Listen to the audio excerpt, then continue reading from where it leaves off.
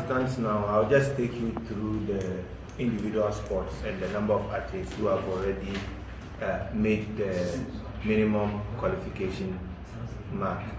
And I will clarify that. So we have qualified and then we have minimum qualification mark. An athlete can actually make the minimum qualification mark and still not gain an entry slot to the games. When you take a sport of para-athletics, we have two athletes who have currently made the minimum qualification mark. One is a wheelchair racer and one is also a high jumper. In the sport of paracycling, we have one athlete, a blind cyclist, who is most likely to gain a slot to the games. For sports like para-powerlifting, we currently have 3 athletes who have made the minimum qualification mark. And then we also have one blind judo athlete who is to attend a qualification competition in Azerbaijan shortly. If he's able to make that trip, we are very certain that he is also going to get an entry slot. We also have a sport like wheelchair tennis, who are still engaging in competitions to amass points that will push them towards getting a qualification slot. So as it stands now, you know the qualification season is going to end in June of this year. So until June, we cannot give a definite number of athletes who have made the mark and subsequently gained the slot. By the end of June, we should be able to give you definite numbers. But if I sit here tentatively, I can say that we are expecting not less than 7 athletes who would be gaining the final entry slot to the games. Not less than 7 athletes. However, you know, for pre-games campaign, just as the president said, there are times that when athletes train, they don't train as individuals. There are other athletes that they train with that serve as training partners that motivate them and create a kind of competition platform to boost their performance.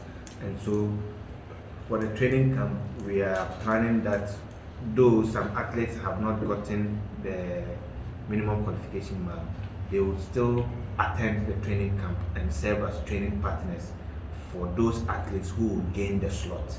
And then after the athletes who have made it to the games depart to the games village, because you know, to enter the games village you need to be accredited as a participating athlete.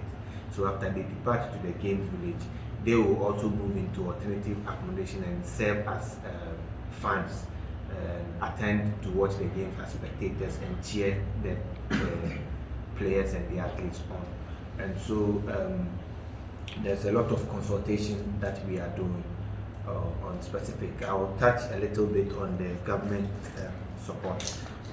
Yes, just as the president said, we have had a lot of deliberations with the current minister and the sports authority, and we are hopeful that per the discussion we have had, there's going to be a very strong and fruitful collaboration such that the Paralympic team is going to receive the needed support that it wants to be able to participate successfully in the games.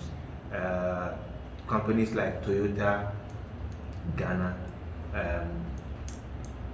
have been collaborating with us since 2018 because, you know, as per the agreement signed by the World Toyota Motor Company with the International Paralympic Committee, all national Paralympic committees also have to sign country-specific agreements with the local Toyota manufacturers, and so we have engaged them, and they have been actually very wonderful.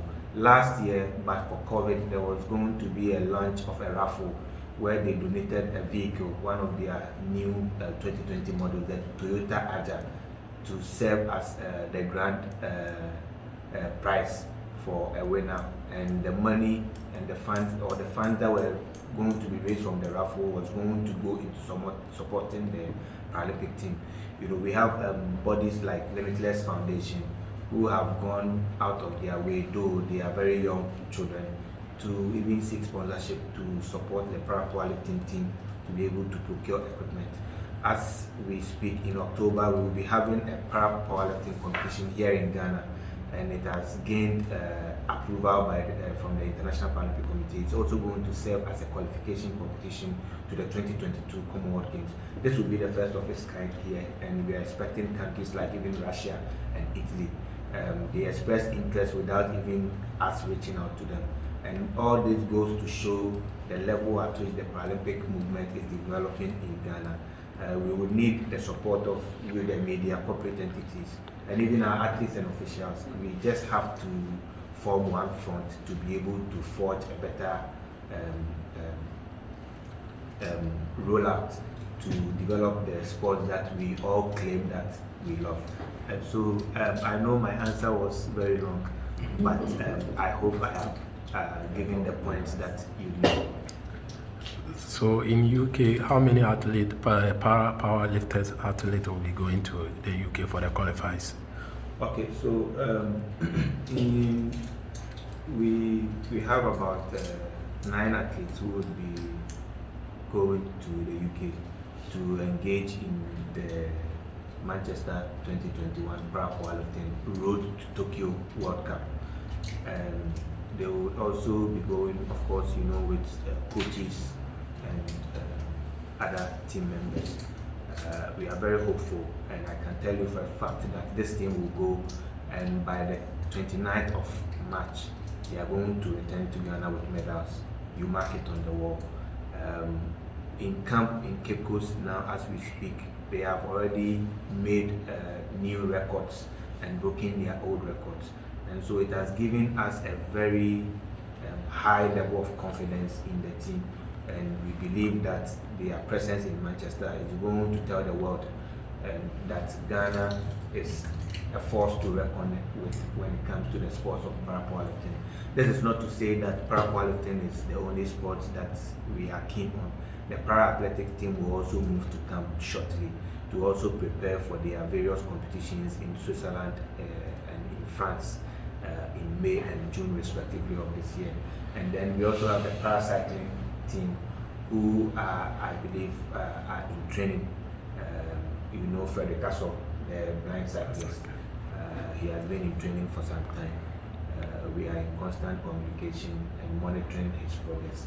And then, as I said, the wheelchair tennis team is also planning to go to Kenya to engage in a competition to amass points. In wheelchair tennis, you need to attend several competitions and amass points to be able to reach the level to gain a slot. And so that one is also there. And then the blind judo athlete who is also preparing and training very seriously to be able to attend his competition in Azerbaijan. And so, that is. I've forgotten Spain, the badminton team. Badminton. Yes, so we have the para-badminton team who is also engaging in discussion and preparation to attend the para-badminton open in Spain, I think in May.